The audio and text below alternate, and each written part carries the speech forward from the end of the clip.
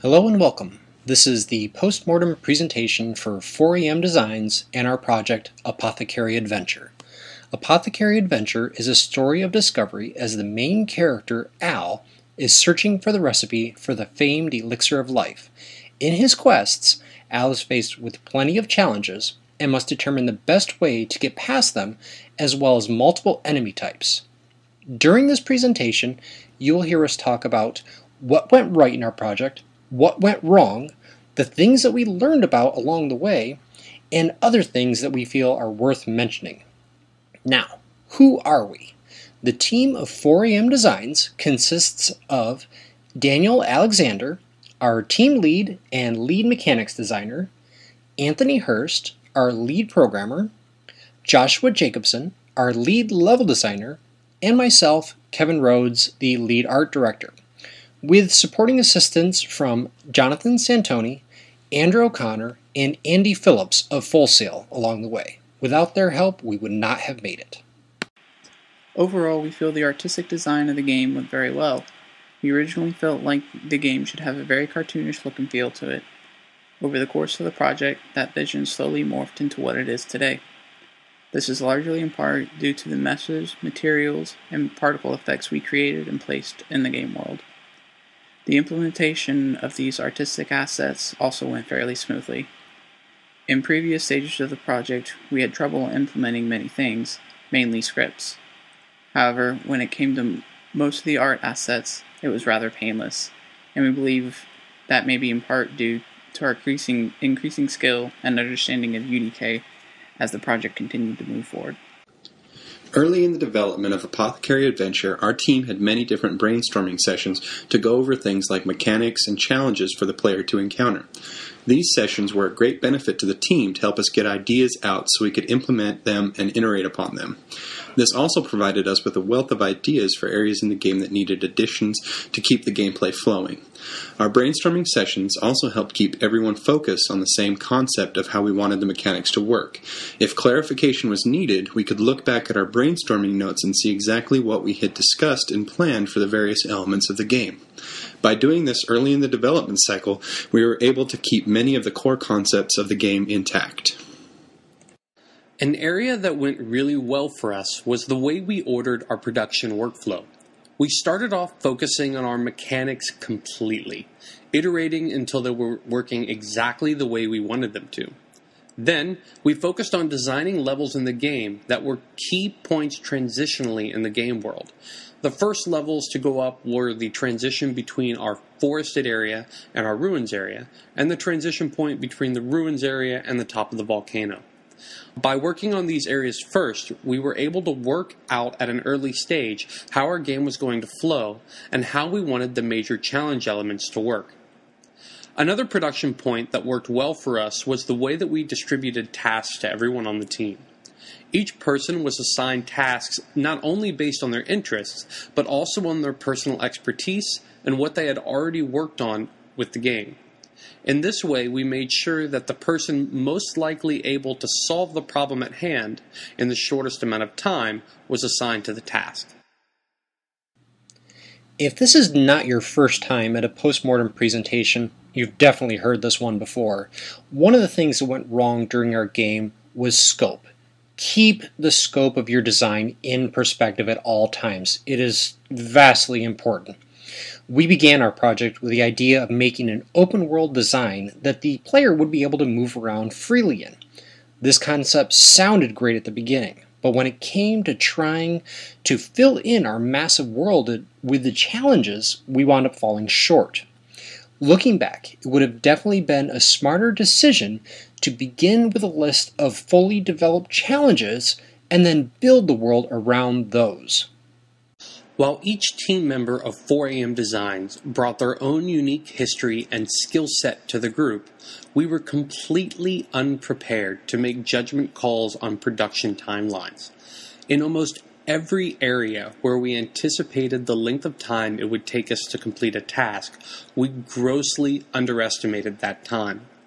This caused a cascading effect that led to many of the scope issues that Kevin talked about earlier. This underestimation of time was caused by a combination of inexperience with particular tasks, as well as the team was incredibly confident, perhaps borderlining on cocky, when it came to what we thought we could achieve. Our inexperience caused even the simplest tasks to exceed our time estimations and left us scrambling to reach deadlines with little room to spare for extensive testing prior to milestones. Communication was one thing that took our team some time before it finally clicked. There were times that each of us were not sure what everyone else was working on or what problems they were encountering. This led to issues where things had to be repeated and tempers flared. Another byproduct of this breakdown was that workflow was then crammed into the weekends where the team would spend all their free time working out issues in the game that were not resolved during the week due to poor communications. For any up-and-coming teams out there, I highly recommend you ensure that you have the means to keep the lines of communication open and moving freely.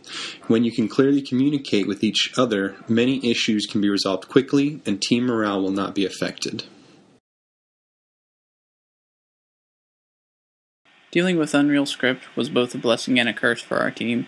There were some instances where it made a task much quicker and easier, and there were times where it was the best way to go about solving a problem, but we didn't exactly know how to go about scripting it. The entire team has learned valuable scripting skills as a result. We each have researched separate issues in our scripts and learned from the experience. By the end of the project, if there was an issue with a script, it was normally resolved with relative ease compared to the beginning of the project. Even though we used Unreal Script when we felt it was best for the task at hand, we still tried to stay away from it as much as possible since none of us had a very deep understanding of it. Most of the game was done in Kismet since we'd used Kismet extensively in previous classes. We knew how to get the result from Kismet that we were looking for, whereas in Unreal Script the same task could have taken much longer if we weren't already familiar with the functions it required. If any of us on the team were to work with Unreal Script in the future, we have a much better understanding of it now than we did before the project. We still don't know as much as a programmer would, but we could comfortably do small, simple scripts on our own. Kismet scripting has been an area that some of our team members had not had a lot of experience with, other than with basic trigger functions. While designing many of the core mechanics of the game, such as the inventory system and the throw mechanic, we learned many useful tips and tricks to allow us to bypass more traditional scripting, especially when it came to logic flow. When we started the project, we were under the impression that we would have to use Unreal Script to create many of the functions that we wanted our game world to have. Instead, we realized that several of the actions that we wanted to take place could be broken down to more simpler logic statements and incorporated via more basic Kismet elements. While we may have had to create a more complex and larger number of statements in Kismet to achieve the same goal as could be created in Unreal Script, the overall outcome was the ability to conceive and create items without the need for extensive research into functions and syntax. Animations were something fairly new going into a final project. I personally had had very little experience, which had previously consisted of just cutting out a few chunks from anim trees during other classes, but had never really understood the meat and potatoes of what I was getting into.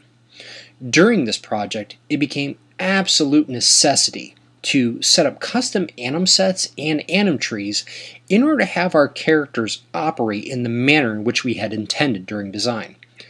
Plenty of days were lost due to the daunting task of research and inquiries with FSO faculty.